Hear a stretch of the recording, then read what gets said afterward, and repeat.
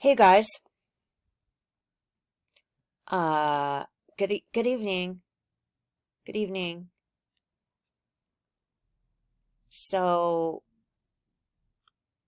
I don't know if you've been watching the whole thing with Putin, Putin. Sorry, I called him Putin, and Biden calling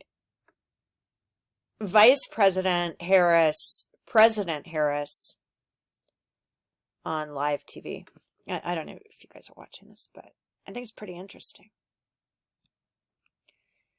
So Putin just challenged Joe Biden to an unscripted live debate. This happened on March 18th. The whole world knows we have no leadership at the top with the teleprompter. And then we've got a couple of things going on. Our generation and our country, and we will not defeat China in a world in which we portray weakness. Today, Joe Biden portrays that very weakness in his stature, in his ability to address problems, in his acuity. And when we get down to the elements of the Trump presidency that we want to maintain on trade, on international engagement, on focusing our foreign policy against the Middle Kingdom, not the Middle East, it's important that we continue to preserve that America First doctrine. Because The thing that's odd is that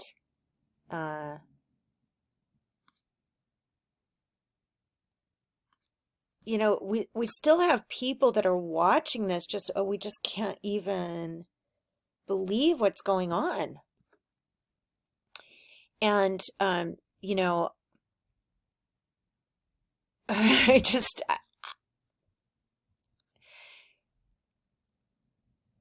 Putin is responding to this is a pretty interesting article. I was showing it to you. Is that I want to propose to President Biden to continue our discussion, but on the condition we do it basically live, as it's called, without delays and directly in an open, direct discussion. Seems to me that would be interesting for the people of Russia and for the people of the United States. I tend to agree. We really, I mean, whoever's controlling the strings behind Biden, because they're not letting him speak, it's just, the whole world is kind of watching, like, what is going on, right? It's just like the handlers are trying to handle him. And, yes, we haven't had many presidents that are as vocal as President Trump, but we want to see an engagement. We want to see, the intellect working behind the eyes. I get things wrong. Everybody gets things wrong. But if you don't have an intellectual ability, or you're being told not to, he could also be, so handled that he's kind of told not to and just makes mistakes over and over again because he's kind of nervous about what he's allowed to say, And I don't want to put this off for long. I want to go Tiaga this weekend to relax a little, Putin said. Go to the Tiaga. So we could do it tomorrow or Monday. We're ready at any time convenient for the American side. The Russian leader also said he wished Biden good health. I would say to him, be well. I wish him good health. I say that with any irony, without jokes, Putin said. Given that it has been over 60 days since President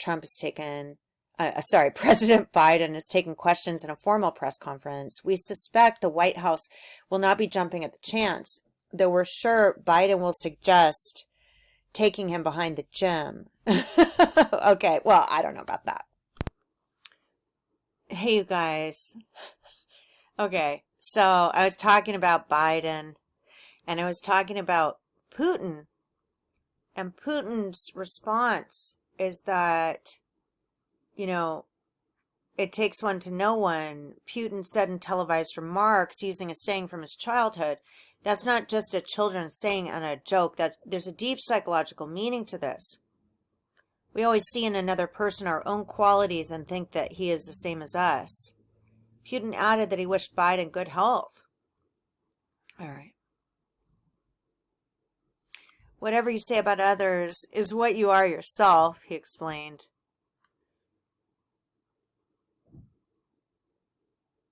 He said, we always project on others what we are ourselves. U.S. is rooted in genocide against Native Americans and in slavery. And he knows the law. He knows what we're doing. All of the politicians do. In all of the countries, they know exactly what people are doing in each of the countries. That legacy continues. That is why there's BLM today. Oh, and U.S. is the only country that used nuclear bombs. And I'm the killer? He's responding to Biden. He said, the price he's going to pay, you'll see shortly. He said Mr. Biden recalled meeting Mr. Putin, during which he told him that he doesn't have a soul. During which he reportedly told him that he doesn't have a soul. I wasn't being a wise guy. He looked back at me and said, we understand each other, Mr. Biden said. Which was crazy. So, I find this to be a little bit interesting. And then this also, the director, Yang Jiechi, the director of Chinese Commission for Foreign Affairs, and you guys know what they do to children in America, because I've been covering it for a while. There's a breeding program. There's a torture research program for children, where they're deprived of advancing, they're deprived of work through false marriages. And anyone involved in foreign affairs knows it. So he's saying, like, this problem of slavery and genocide happened long before, it's been ongoing for a long time. You can't just all of a sudden say, oh, BLM came about because of this. No, this has been ongoing. People trying to sue for crimes against humanity. People trying to go forward, not knowing about all the fake stuff I showed you and told you. Let's just look at this one. For example, just a reminder, this is supposedly my dad, whose real name is Stephen Hobbs. When you look up Stephen Douglas, a.k.a. Stephen Hobbs, 4161 Moraga, and look at this, VA form, section 3720, title 38. When you look this up, it's all about your ability to sue the Secretary of the Veterans Affairs. We, not only me, have tried to get the records from Veterans Affairs ongoingly, but they will not give them to us. But they're saying that there's a transfer tax for $232 computed on full value of property conveyed. So this existed, a long time ago. 1999. And then it says that they're giving the sum of $10 to Stephen Douglas and Lisa M. Douglas. And because there's so many of these things filed, and, you have to look for it. You have to look, often they're in counties other than the county you live in, but you need to look in counties.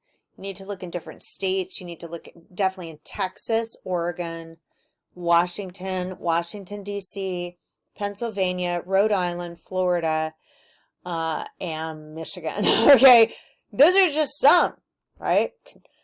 All you have to do is watch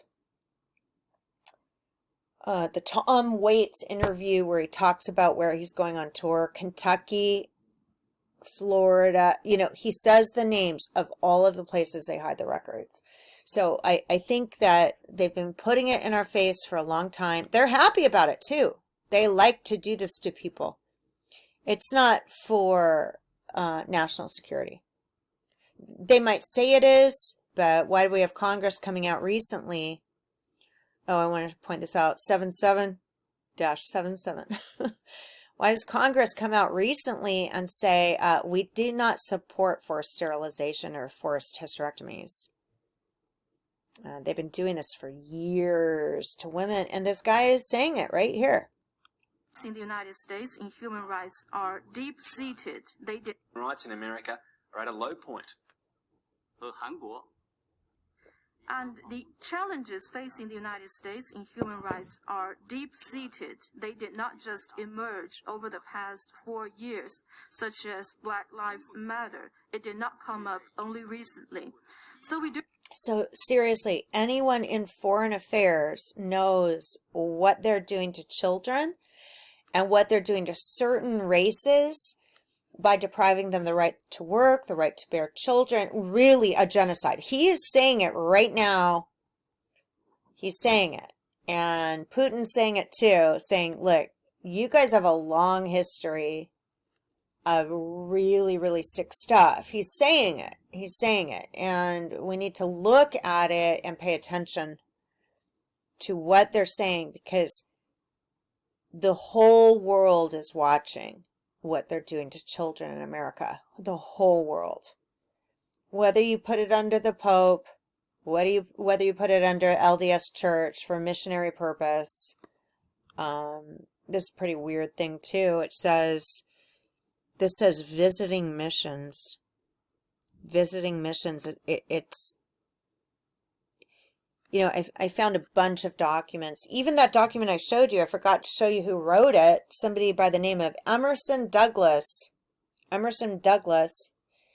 So Douglas has a long history of crimes against humanity. Okay. So